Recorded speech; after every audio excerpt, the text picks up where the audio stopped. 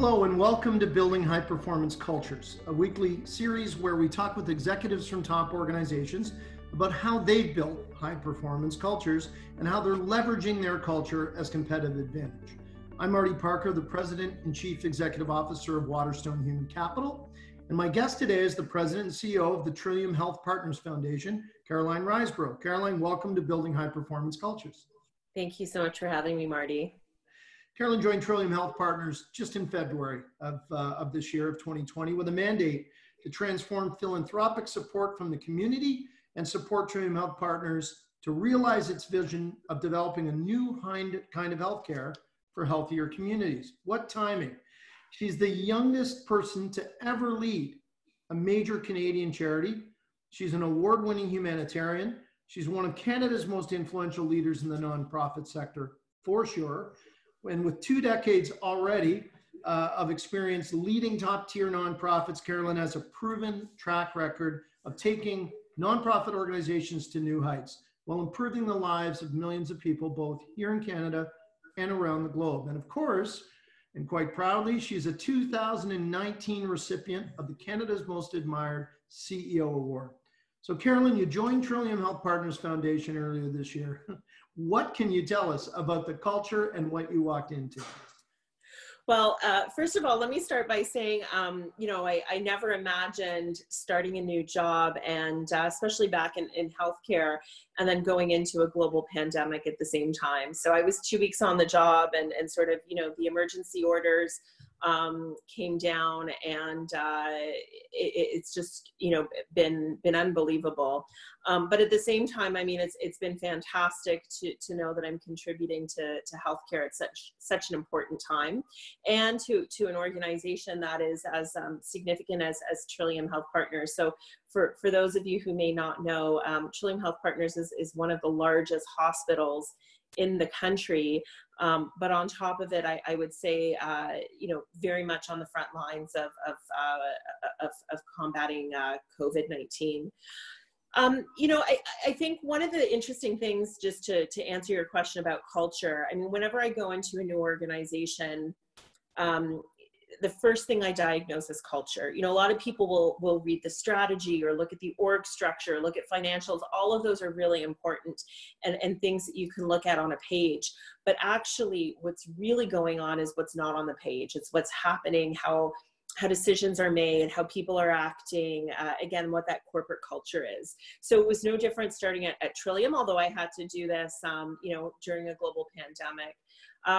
Just to kind of finish off my answer to this question, what I'll say is, obviously I was brought in to do a transformation. And, I think I found a culture where people were sort of hesitant to act, second guess themselves at times, very much a focus on perfection, over, let's say, momentum and speed. And then obviously, responding to a global pandemic, a culture like that would not really survive. So, as I'm sure many people are saying these days, never waste a good crisis. I think, one of the things we did was we used this opportunity to really change the culture into a much more, I think, efficient, fast-moving, agile culture, because we're dealing with a global pandemic, and that's what's required of us. Wow. Your timing is impeccable, as they say. But as you settle into this role, how will you, now that you've set the tone, work with your team to set a new culture, how will you measure it, evaluate it as you go? And how will you encourage your team to do that? Because it's obviously, oftentimes we don't want to change culture unless we have to. But we are having it change underneath us. Societal culture changes, organizational culture will change, how we work will change, how we support our workers will change. So how will you evaluate and measure it if it's kind of running along the path that you want it to? Yeah. A couple comments answering that question. I would say oftentimes we talk about, change is going to hit us.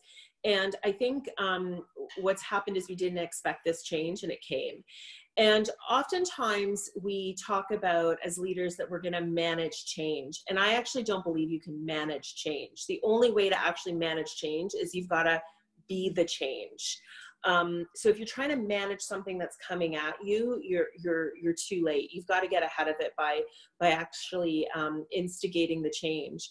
So, you know, what I really did with my team to kind of measure this is, I was really intentional a couple weeks ago to sit them down and say, okay, like, how have we changed? What are the lessons learned here? And I think it's so important to not always be kind of looking on paper and, you know, looking at metrics and measuring things. Sometimes actually there is something to the qualitative review. And so sat down and said to them, how has your leadership changed? Let's reflect on this. What's been good about this? What's been challenging? And what are the key pieces that we want to keep? And it's been interesting as we're kind of getting through the second half of COVID now, and things are beginning to get a little bit back to this, you know, new normal. We've continued to have these discussions because we can see the culture falling back into old habits, and we have to be intentional to continue to sort of, you know, push against the things that we want to change, and continue to keep some of these pieces that we've learned in COVID alive and well, and that they become our new standard. You know, you're right. You know, being the change as a leader is critical, but you have a pretty good case study coming into this role. I mean, before joining Trillium Health Partners, you were at Plan International, where you and your team were both thoughtful and deliberate in terms of building the culture, and the results followed. So talk a little bit about that, if you would, and you know, what you think the key elements were of that change. Yeah. You know, I think actually it's a great question, because if you can kind of compare what I've walked into at Trillium and what I walked into at Plan, they're not dissimilar. And I think that, you know, we find some of these cultures, we know that there are cultures that simply don't work anymore. So, you know, what did I find at Plan when I came in? Well, again, I think there was this sort of lack of focus, everybody kind of, you know, doing their own thing, working in silos. There was also very much this like fear of failure. So again, it kind of really inhibited our ability to innovate and try new things, because failure was kind of come down on so hard. There was this kind of, you know, growth mentality at sort of, you know, any cost, but, you know, it was costing us so much to kind of grow the top line at times. And then I think the other issue was just really like a lack of kind of accountability at the end of the day. So, you know, everybody was accountable for their key goals, but it was sometimes at odds with the goals of the organization. And then I would just say, you know, leadership capabilities missing, you know, core leadership capabilities missing. So, but the challenge with going into any organization, and you know, you can assess it, you know, and you can assess the culture, but then the second step you need to do is assess the team. And does the team see the need to change? Does the team want to change? Or is the team kind of, you know, set in their ways? And when I was at Plan, I would say probably 50% were on one side, 50% were on the other side. And so I think what's been great about joining Trillium at this time is that, you know, I think the team that I have want to change, they want to progress, they want to do things differently. And that's made, I think, a lot of the difference. So again, you know, these cultural issues are very similar organization to organization. And I think we know the culture that works. The key question is whether you have the team that is ready to make that change with you. Yeah, true enough. And you're right. You can take all sorts of, we'll use the temperature analogy, Yeah. but it does take time, and it starts with buy-in, but it takes some time. But you have a unique, and have had this challenge before, in terms of the various stakeholders that you also have to influence, get buy-in from, and then in turn get action. You know, so how do you cascade that culture, assuming the leaders are aligned, to your board, your volunteers, your donors? This is a big This isn't as simple as, okay, team, ready? You know, you snap the ball to me, I got it, I'm going to throw it to you, catch it, and get downfield. You got to get the fans involved, you got to get the coaches involved, and to some extent the viewers. So talk a little bit about how you make that happen. Yeah, I mean, it's a great question. I think we're all working in such interconnected organizations these days. And, you know, you can be aligned, you can have your team aligned, but there's so many more stakeholders now as we work in such a sort of complex world. So how do we do it? I think sometimes it's just sheer persistence. You know, the other day I had a leader who's very close to me say, you know, you're kind of pushy at times. And I said, you know, I'm going to take that as a compliment, or stubborn, I think was the word that was used. And, you know, I think that sometimes you just got to keep going at this. And, you know, culture is not easy to change. So you have to sort of have a certain amount of grit about you. And I think that the other key piece is really making that case for change. So you've got to have the grit to keep going at this and know that this is not something that's going to change overnight. In fact, if you can change culture in 3-4 years, that is a huge win. That's how long really culture change takes. And I would say even that is fast. So there's that grit. And then I think there's really that case for change. You have to paint a vision that we are going to be better off for changing and doing this hard work than staying where we're at, because this is hard work. Like, it is painful to change ourselves as leaders, to change how we interact with one another. So if you're going to really change culture, I think you have to be prepared for, quite honestly, you know, a journey of some pain. And, you know, as humans, we do everything we can to avoid it. But again, you know, you have to build enough of a case to show that it is going to be worth it to go through some of this, you know, short-term pain to get to the prize. Yeah, and I think what's been happening the last few years, and you're a champion of this, so we thank you for it, is that culture really is the burning platform required to ensure that the change is sustained. 100%. We can do different things, but to do them in a sustained way requires people buying in and behaving consistently. And you've done that. But you also have a bit of a different leadership style than maybe some. I'm not saying pushy, not saying pushy. It's inclusive and not just focused on where you are today, but where you really want to be. But what challenges have you faced in terms of having that kind of leadership style, and what kind of impact do you think, positive impact, that's had on the organizations that you've worked with, Caroline? Yeah. I mean, I think there's this sense that there's almost kind of two kinds of leaders that can instigate change. You know, you have your leader that kind of comes in and like goes down on it hard and, you know, let's say gets rid of the team, starts with new people, and kind of pushes. But then they can't stay at the organization because they've had to do so much kind of, you know, pushing in the hard work that now they have to sort of, you know, move on to the next to create, because they've created that change and they've had to do so hard that it's really hard for them to stay. And then there's kind of, you know, the idea of bringing in the leader then that can really kind of sustain and maybe they're kind of a bit of a slower in terms of the change, but it's longer term and they're meant to stay there for the long term. And usually they follow the leader who's come in and transformed. You know, I think quite honestly, it's an artificial dichotomy that we're setting up for people to kind of say that leaders have to sort of fall within those categories. And I hope that I've been the leader that's actually bridged the gap between the two.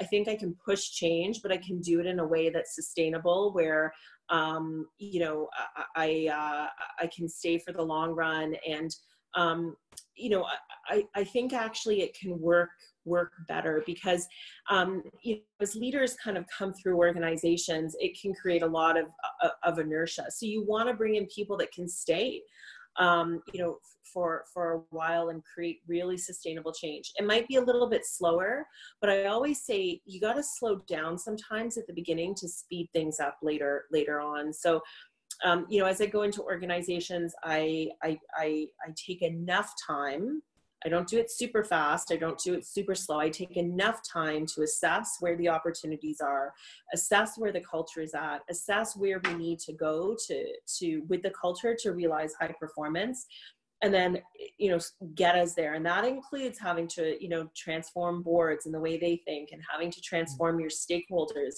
And that just takes time, and you can push it through, but it's going to be hard to maintain it. So you've just got to like keep at it, as we were just talking about. Something to be said for persistence. Let's shift gears just a little bit, Caroline, and let's talk about some of the misconceptions that people may have about working in your field. I don't mean in the leadership field. I mean in the not-for-profit or the broader public sector. And so what do you do when you see those misconceptions to reset those expectations? Oh, I'm laughing because I've had so many funny ones over the years. I mean, I think that the thing is that a lot of people will say, oh, well, you know, I've had this great career in, you know, the corporate sector, and I want to slow down now, so I'm going to go join the you know, public sector, nonprofit sector. And I kind of chuckle because I mean, there is no slowing down. Imagine needing to deliver all you need to deliver on, you know, very, very finite resources, and doing it, you know, because of the, you know, sort of philanthropic goodness of folks. And quite honestly, you just have so many stakeholders and so many more folks to contend with. And there was actually some interesting research. I believe it came out of Harvard a couple of years ago, where they actually followed a lot of leaders that came in from the for-profit sector, the commercial sector, into nonprofit. And they actually found that about 90% of them failed because they underestimated the complexities of the nonprofit sector. So, I mean, you know, what is it about the nonprofit sector that makes it challenging? Well, obviously, you know, just needing to do so much with so much less. If I had to say to you, okay, I want you to take your business and I want you to now deliver an 80% profit margin on everything that you do. I just saw your eyebrows go up there, Marty. You know, most people would say, well, you know, how are we going to do that? But that's what we have to deliver every day. And then we have so many more stakeholders, whether it's the board, whether it's the donors, whether it's the recipients of our services. We're having to keep all of them sort of satisfied. And again, we've got to create a burning platform for our cause. So, you know, there's a lot of challenges that we face. The great thing is that we're also delivering social good. And I think in more recent years, the for-profit sector has been seeing this, and they've actually started to shift a lot of their businesses to pick up models of the nonprofit sector. So this is things like social benefit, or, you know, you see a lot of sort of employee engagement. I remember I was talking to the new CEO of Unilever globally, and he was saying, you know, they don't see themselves as a business anymore. They see themselves as a social profit company. And so I think what's fascinating is now actually a lot of commercial organizations are taking lessons from the nonprofit sector and streamlining them within their business. No doubt. No, I see it all the time, and it's not as easy as it may sound, but I think there's an aspiration to be more social enterprise. And I think what we're dealing with now in this transformational shift, this complete paradigm shift, will actually augment that as time goes on. So let's look ahead if we can, Caroline. And what do you see as critical to the future of aligning people to culture and attracting new talent, specifically maybe not 80% profit margins as you need to deliver, but to building high performance culture? Yeah, well, you know, I think there needs to be almost a case study of how COVID is actually going to change the way organizations deal with their culture, because I think actually COVID has put a really fine point on it. And what do I mean by that? Well, you know, with everybody having to work from home, having to connect, you know, digitally over Zoom like we are now, as opposed to in person, culture has either, you know, kept teams together or actually become an impediment to them. So if you didn't realize how important culture was before this all started, you certainly do now, because culture is actually kind of what's keeping us all together. Because we're not connecting in person, we're connecting digitally, and quite honestly, this is set to continue for a good couple of years. So I think work has fundamentally changed now. I don't think we're going to see people going back into physical buildings like we saw before this hit. So then all of a sudden culture becomes even more important, because how do you have culture when you're not actually together in person, when you're having to connect virtually? So this is where I think many organizations are going to have to revisit their culture strategies. How do they work more remotely? How do you build team when people are actually physically separated? How do you build team over digital mechanisms? So I think there's a lot of new culture questions that have come up, but I think COVID has put a fine point on why culture is so critical to performance. Yeah, and I think what we're seeing happening with our clients is what might take time for what we'd call culture change, transformation, is now organizations saying, oh, here's our culture. This is what we have today. They're now curating. This is where we want to get to. And then in this new reality, how are we going to get ahead of it? So we're not just reacting. And I don't just mean the physical workplace. I mean or changing to a virtual workplace. I mean, all the other things that come with it, not to mention how we lead in that environment, or train, or onboard, or provide the services, or even what we're already seeing, where recruiting isn't going to happen in a geography as much as it will happen in an experience set and a fit. It's already happening. So we're seeing that, and we're now getting involved in that, in the design, which normally comes, as I said, in pieces. So these are interesting times. These are interesting times. I think one other piece to add to that too is what this has shown me is that a lot of the kind of excuses that we've put out there for not addressing culture have really been removed. So, a lot of companies have said, well, we could never all have everybody working from home. Well, now you do. So, I think oftentimes we say, well, it can never be done. And here's all the good reasons why.